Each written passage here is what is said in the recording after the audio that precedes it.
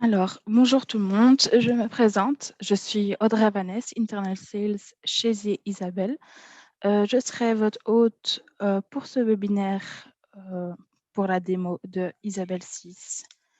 Avant que nous commençons, je vais vous raconter quelques informations pratiques. Donc, ce webinaire va avoir une durée d'environ 40 minutes. Si vous avez une question, veuillez utiliser le bouton questions et réponses que vous trouverez en bas du Zoom. Et toutes vos questions seront donc traitées fin du webinaire.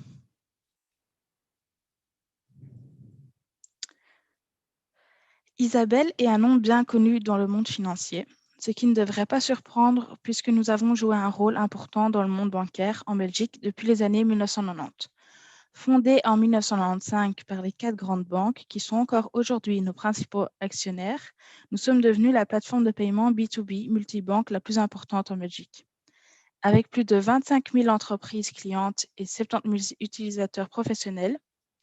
Mais le groupe Isabelle est aujourd'hui bien plus que cela.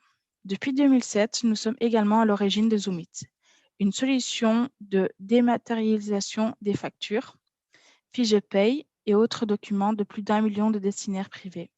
Et ces dernières années, l'entreprise a pris de l'ampleur grâce à des acquisitions remarquables. En 2016 et 2008, par exemple, nous avons acquis Codabox et Clearfax. 2 entreprises à succès dont l'offre s'adressait spécifiquement au secteur de la comptabilité.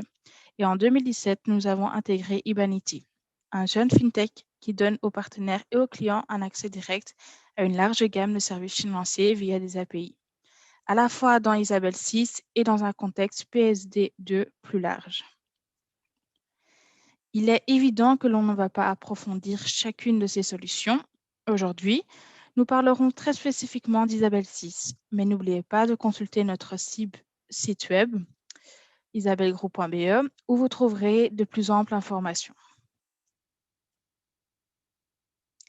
Isabelle 6 est une plateforme de paiement multibanque qui permet à 30 000 clients professionnels et 70 000 utilisateurs de gérer leur trafic de paiement, effectuer des paiements, le suivi de paiement et faites-le via un interface, via un mécanisme de connexion auprès de plus de 25 banques. Il est important ici de comprendre le rôle d'Isabelle 6. Nous ne sommes pas nous-mêmes une banque et nous ne faisons pas de paiement.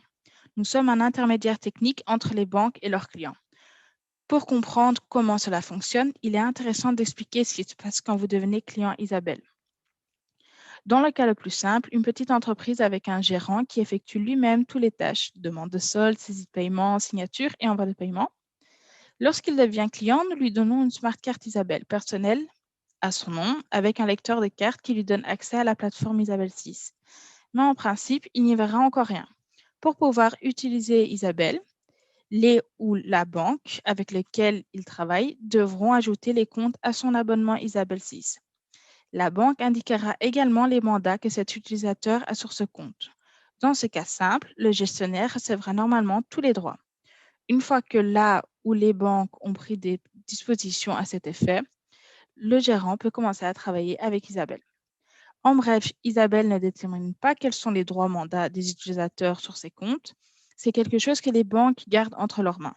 Par conséquent, lors de la mise en place d'un abonnement, vous devez également, en tant que client, passer par toutes les banques que vous souhaitez ajouter un abonnement Isabelle 6. Il s'agit maintenant d'un exemple simple, mais la plupart des gros clients travaillent avec plus d'une personne dans le cadre d'un abonnement Isabelle 6 où certaines tâches sont déléguées. Par exemple, vous pouvez avoir 2 personnes, dont une qui prépare les paiements, l'administration, et une autre, le PDG, CFO, qui signe ces paiements. Dans les grandes entreprises, nous voyons des abonnements avec plusieurs utilisateurs et les tâches sont réparties en fonction des fonctions et des responsabilités. La comptabilité des fournisseurs initie les paiements. La comptabilité des clients vérifie les paiements entrants. Les directeurs signent les paiements. Les transactions les plus importantes peuvent également nécessiter la signature de plusieurs utilisateurs. Isabelle peut être entièrement configurée de manière à s'intégrer étroitement à vos processus financiers internes, qu'il s'agisse d'une petite entreprise individuelle ou d'une grande entreprise. L'importance ici est que ce sont les banques qui mettent en place ces mandats à procuration. Vous convenez avec eux quels utilisateurs ont accès à quel compte et quels droits ils ont sur ces comptes. Il est ainsi parfaitement possible de créer un compte séparé pour les salaires auquel seul un nombre limité d'utilisateurs ont accès. C'est pourquoi la mise en place d'un abonnement Isabelle se fait toujours en étroite collaboration avec vos banques. Très bien. Passons maintenant à une petite démonstration. Quelques petits commentaires. Il s'agit d'une démo et non d'une formation pour Isabelle 6. L'idée est de vous donner une première idée de à quoi ressemble Isabelle 6 et de ce que vous pouvez en faire. Malheureusement, il n'est pas possible d'approfondir toutes les possibilités dans le court laps de temps que nous avons prévu. Isabelle 6 est une application bancaire en ligne. Bien sûr, nous ne pouvons pas travailler avec la vraie plateforme pendant une démonstration. Donc, ce que vous allez voir aujourd'hui, une simulation basée sur un scénario que nous avons élaboré à l'avance. Comme dans ces scénarios, nous travaillons avec des données réelles. Les numéros de compte qui sont normalement visibles dans l'application ont été rendus invisibles pour des raisons de sécurité. Pour démarrer Isabelle 6, vous avez deux possibilités.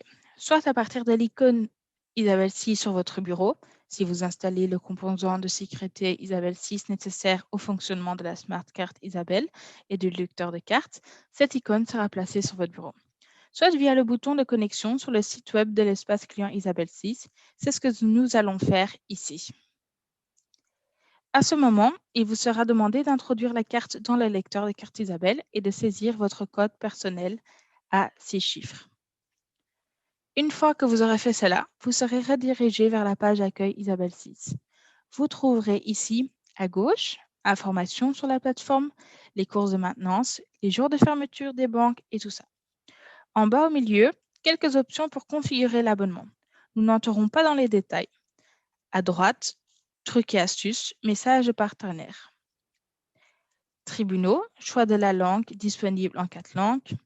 Icône Zoomit, recherche Isabelle et éventuellement d'autres factures. Icône Isabelle, lancer les applications. Nous cliquons maintenant sur Icône Isabelle pour lancer Isabelle 6. Nous arrivons maintenant à l'écran d'accueil d'Isabelle 6. Par défaut, vous verrez ici l'aperçu de vos comptes et les soldes de vos comptes. Autre élément que vous voyez à l'écran, les onglets de gauche, ils permettent de basculer entre les 3 écrans importants d'Isabelle 6. Informations sur le compte, transactions, transactions envoyées. Rangée du haut, les boutons donnent un accès direct au rapport, message, préférences. Bouton de banque, il donne un accès direct à certaines applications bancaires pour les banques pour lesquelles des comptes ont été ajoutés à votre abonnement. Ce n'est pas illogique puisque votre environnement Isabelle sera généralement utilisé parallèlement à vos applications bancaires. Par exemple, les banques proposent d'autres services, demande de prêt, aperçu d'assurance, carte de crédit et tout ça, où Isabelle ici se concentre très spécifiquement sur le trafic des paiements. Dans la colonne de gauche, je trouverai ensuite les actions possibles qui peuvent être effectuées sur la base de cet écran.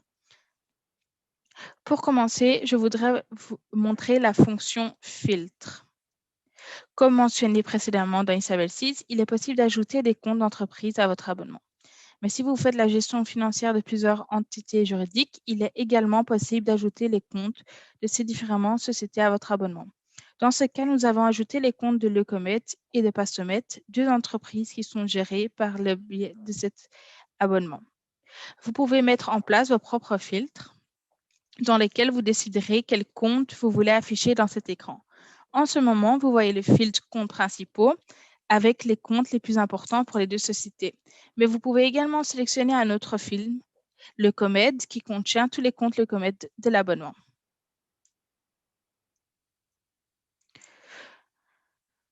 Vous voyez donc ici tous les comptes de Locomet et tous les autres comptes ont été filtrés. Si vous n'avez que quelques comptes, cela peut être moins important, mais à partir d'un moment où vous avez quelques banques et comptes supplémentaires, les filtres vous donnent la possibilité de garder une bonne vue d'ensemble. Au fait, dans cet écran, vous verrez deux colonnes. Intraday. Isabelle a un système asynchrone. Chaque nuit, les banques nous donnent un aperçu de tous les mouvements de compte et des soldes de la veille. Pour des nombreux clients, cela suffit, mais il arrive que vous souhaitez avoir un aperçu de mouvement sur un compte au cours d'une journée de travail, contrairement aux banques. Nous ne pouvons pas fournir d'informations sur les comptes en temps réel, mais pour les grandes banques et quelques petites banques, il est possible de demander un rafraîchissement plusieurs fois dans la journée avec les mouvements les plus récents sur un compte. Vous les verrez ensuite dans la colonne Intraday. À ce moment, vous verrez vos comptes classés selon la banque, mais il est également possible d'obtenir une liste plus compatible. Vous sélectionnez Compte ici. Le résultat est une liste plus compacte avec les icônes de banque dans une colonne séparée. Vous pouvez également activer l'option Total des tons. En cochant cette fonction, vous obtiendrez un aperçu de total de tous les comptes de ce filtre. Dans ce cas, vous verrez donc le solde total de tous les comptes Locomet qui se trouvent dans ce filtre. Et vous pouvez aller plus loin. Il est possible de convertir ces données de compte dans un autre devise. Supposons que votre siège social soit situé au Royaume-Uni. Il pourra alors être intéressant d'exprimer ces données en livres sterling.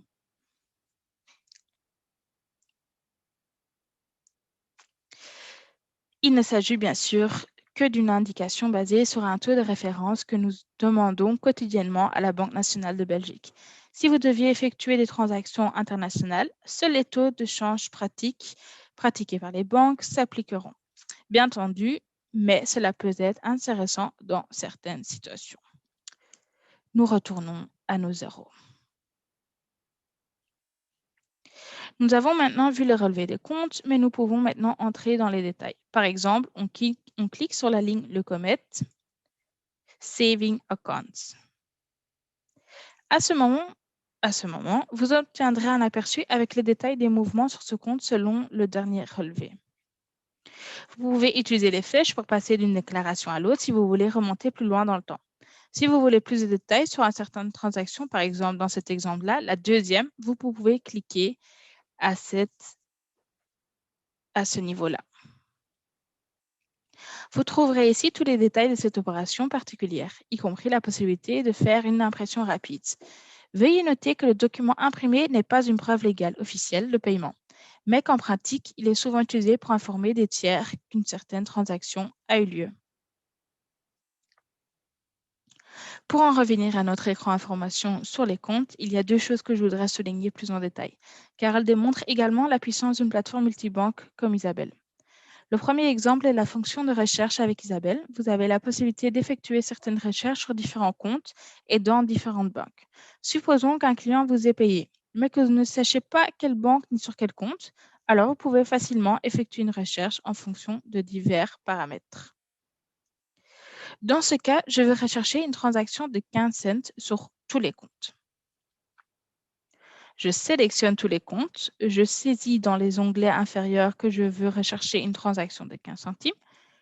Nous pourrions également saisir ici d'autres paramètres tels que la date, le numéro de compte, client et tout ça.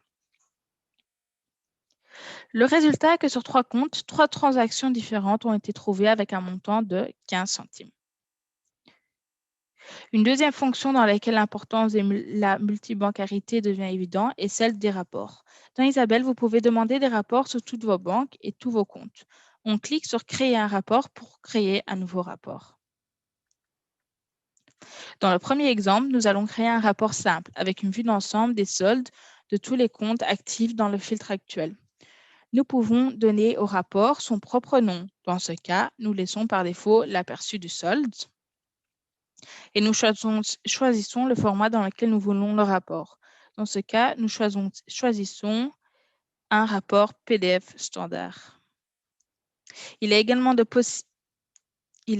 possible de programmer certains rapports dont vous avez besoin, par exemple quotidiennement, hebdomadairement ou mensuel via l'option Programmer un rapport.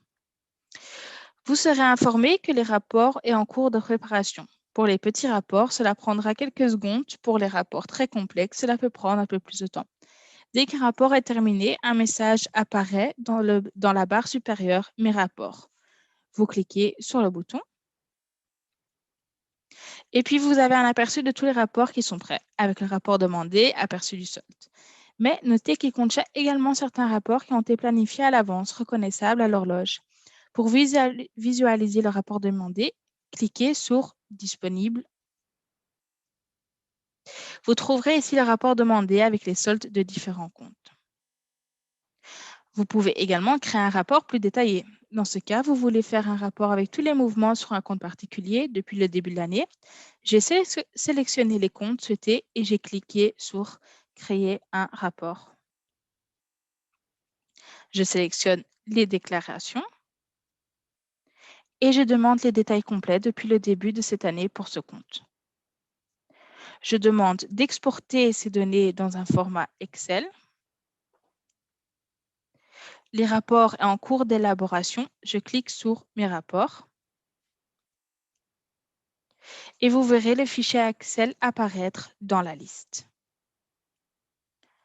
Vous pouvez maintenant télécharger et ouvrir ce fichier. Et voici à quoi cela ressemble dans un Excel maintenant. Cela vous permet d'effectuer vous-même toutes sortes d'analyses sur ces transactions, de filtrer certains fournisseurs et tout ça. Vous pouvez également constituer un historique de toutes les transactions au fil des ans en effectuant ces exportations de façon régulière. Voilà, c'était les rapports. Une dernière chose que je voulais mentionner, ce sont les pseudonymes. Lorsqu'une banque ajoute un compte à votre abonnement Isabelle, elle reprend en principe le nom interne, sous lequel ces comptes sont connus dans le système bancaire.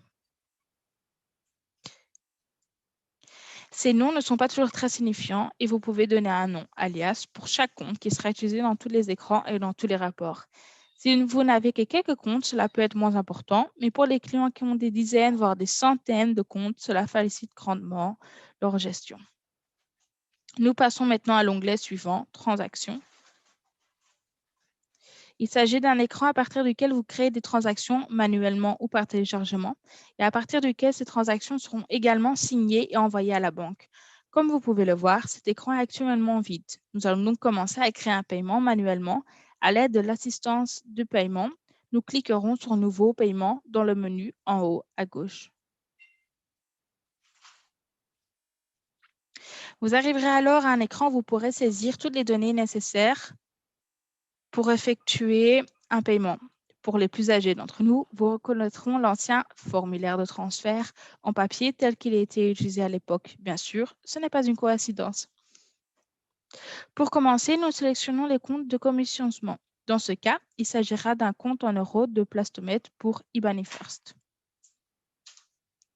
Ensuite, on remplit le bénéficiaire. Ici, nous pouvons soit remplir les détails, soit sélectionner les bénéficiaires à partir d'une liste. Si vous travaillez avec plusieurs onglets, vous pouvez également partager la liste des bénéficiaires si vous avez sélectionné le module Multisign. Dans ce cas, nous sélectionnons la société Bambi. Toutes les autres données de Bambi seront désormais remplies automatiquement. Pour le reste, nous introduisons des données supplémentaires. Le montant et la devise choisis par la transaction date de mise en œuvre, communication. Vous pouvez choisir entre une communication libre ou une communication structurée belge ou européenne. Il est intéressant de mentionner qu'en haut à droite, vous trouverez un drapeau européen pour indiquer qu'il s'agit d'un virement SEPA. Si vous effectuez un paiement à destination, par exemple, de la Chine, il sera indiqué ici qu'il s'agit d'un paiement non SEPA.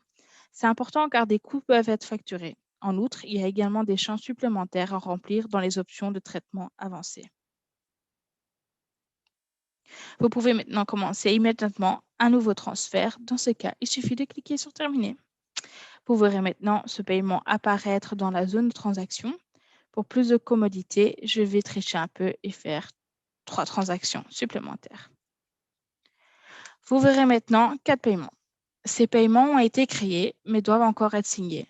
Vous pouvez le voir par l'icône de paiement. Vous avez, si vous disposez d'une procuration, la possibilité de signer vous-même ces paiements. Mais dans de nombreuses entreprises, les tâches sont partagées et quelqu'un devra signer ce paiement. Si un grand nombre de personnes au sein d'une entreprise créent des transactions et que d'autres doivent signer, cet écran s'affichera un grand nombre de paiements. Vous avez la possibilité de créer des filtres ici aussi, mais une autre possibilité est de travailler avec les enveloppes. Par exemple, vous pouvez attribuer certaines transactions à une enveloppe.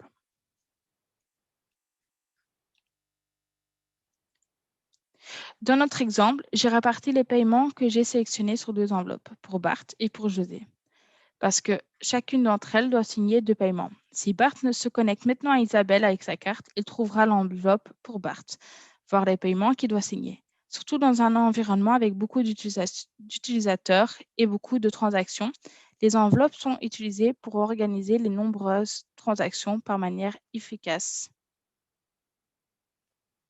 Bon, revenons à la situation initiale sans enveloppe. Disons qu'en tant qu'utilisateur, j'ai le droit de signer ces paiements. Je sélectionne ensuite toutes les transactions. Je clique maintenant sur le bouton « Signer ». Le système présente un aperçu de toutes les transactions pour lesquelles vous allez signer. Vous insérez la carte dans le lecteur de cartes et entrez le code pour signer la transaction. Dans l'écran, l'icône de la transaction a changé. Vous verrez une flèche verte pour que vous sachiez que ces paiements sont prêts à être envoyés à la banque.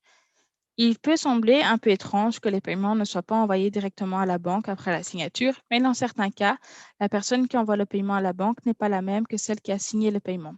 Parfois, plusieurs signatures sont nécessaires, par exemple pour un paiement dépassant un certain montant. Le module optionnel multisignature offre la possibilité de déterminer pour un paiement qu'il peut être automatiquement envoyé à la banque dès que le paiement a reçu toutes les signatures requises. Pour envoyer les 4 paiements à la banque, je sélectionne les différents paiements et je clique sur « Envoyer ».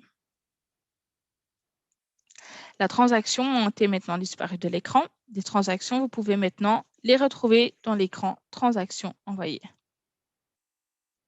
Ici, vous pouvez voir toutes les transactions envoyées à la banque pour traitement, avec une indication du statut. Eh bien, nous avons maintenant montré un exemple de paiement unique. Il est également possible de créer un groupe de paiement.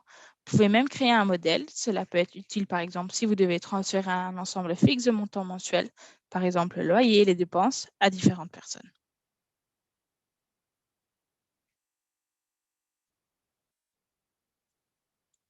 Je montre ici un exemple basé sur un modèle existant.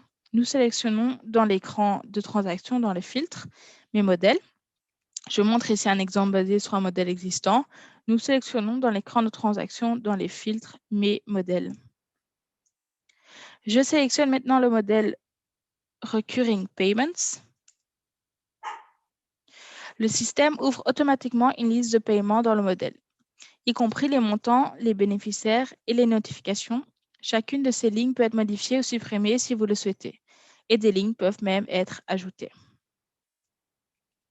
Une fois que vous avez donné votre accord, vous trouverez les 4 transactions sur une seule ligne dans la zone transaction. Vous pouvez maintenant signer et envoyer ces différentes transactions comme pour une transaction normale. Vous sélectionnez la ligne et vous cliquez sur « Signer ». Vous obtenez un aperçu de transaction que vous allez signer et cliquez sur « Signer maintenant ». Vous saisissez la carte et le code. La transaction est maintenant signée et peut être envoyée. Vous sélectionnez la transaction et cliquez sur « Envoyer ». Si vous allez maintenant dans l'onglet « Transactions envoyées », vous verrez que le paiement du groupe a été ajouté. Notez que le statut de transaction précédemment envoyé a été changé en « reçu par la banque ». Cela ne signifie pas que les paiements ont été réellement effectués. Les banques peuvent toujours bloquer le paiement si, par exemple, le solde du compte est insuffisant. Là encore, vous pouvez demander les détails d'une certaine transaction en double-cliquant sur celle-ci.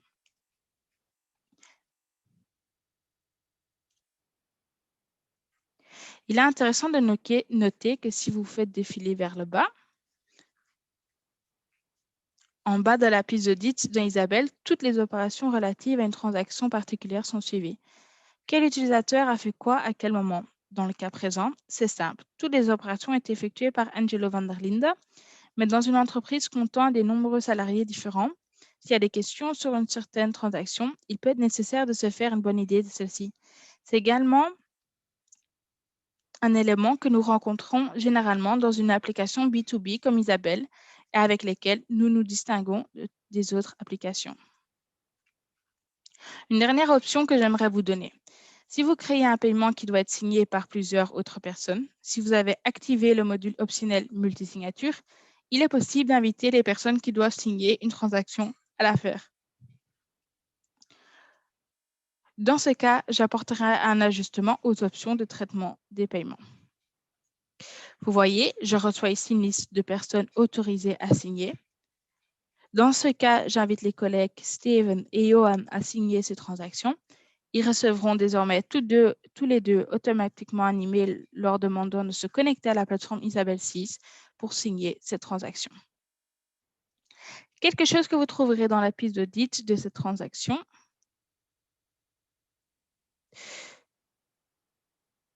Je voulais souligner un point important dans cette démo. C'est la façon dont vous pouvez faire fonctionner votre logiciel de comptabilité avec Isabelle 6. Il existe deux processus qui peuvent être grandement simplifiés. D'une part, il y a le processus de traitement des extraits bancaires. De nombreuses entreprises reçoivent leurs relevés bancaires sur papier ou à format PDF et imputent ces données ligne par ligne dans la comptabilité. Un travail manuel qui prend beaucoup de temps et où une erreur est rapidement commise. Les banques peuvent parfaitement livrer ces données sous forme numérique dans des fichiers dits CODA. Pratiquement tous les logiciels de comptabilité peuvent lire directement ces fichiers via Isabelle. Il est possible de recevoir et de consolider quotidiennement les fichiers CODA de toutes vos banques et de tous vos comptes. Il vous suffit de les lire dans les comptes et vous pouvez immédiatement commencer à apurer les écritures en suspense. Un gain de temps important.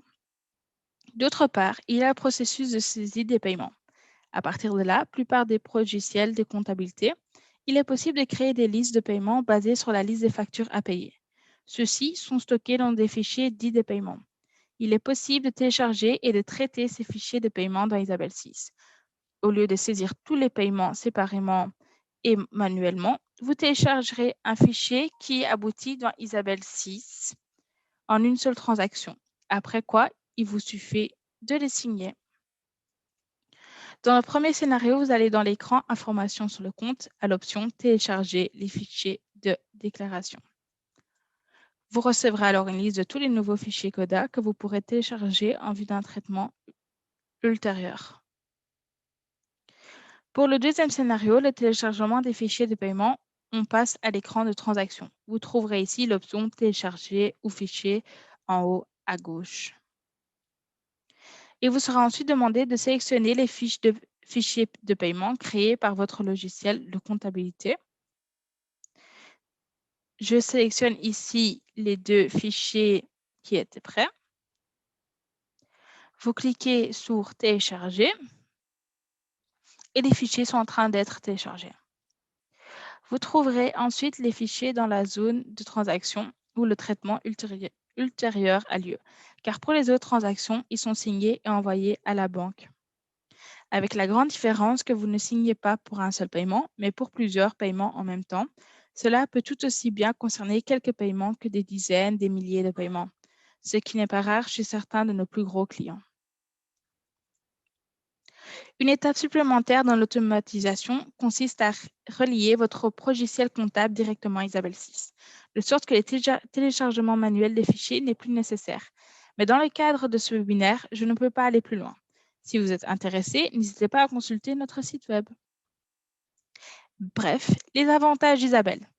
Un système multibanque avec un seul login et une seule interface, une vue d'ensemble consolide de toutes les banques, des options de recherche et des rapports puissants sur tous les comptes. De nombreuses facilités de répartition et de délégation des tâches au sein du service financier. En toute confiance, grâce à des pistes d'audit détaillées, Isabelle s'adapte à vos processus et non l'inverse. Isabelle fonctionne également en toute transparence avec votre logiciel de comptabilité ou votre ERP. En outre, Isabelle 6 est une application typique destinée aux entreprises. Nous existons depuis plus de 20 ans et toutes les demandes possibles de banques et des clients pour des nouvelles fonctionnalités ont été satisfaites d'une manière ou d'une autre. La sécurité est bien sûr au plus haut niveau. Dans Isabelle 6, il s'agit souvent des transactions très importantes. Mais ce qui est également positif, c'est qu'Isabelle 6 est modulaire. Vous pouvez commencer par un abonnement avec une seule carte pour environ 25 € par mois, Mais en fonction des besoins, vous pouvez facilement développer Isabelle. Si vous voulez savoir quel est l'abonnement idéal pour vous, n'hésitez pas à nous contacter. Nos spécialistes seront heureux d'écouter votre question spécifique et pourront vous faire une offre personnalisée. Très bien, ceci conclut notre démo. J'espère que cela nous donnera un aperçu général des possibilités d'Isabelle 6.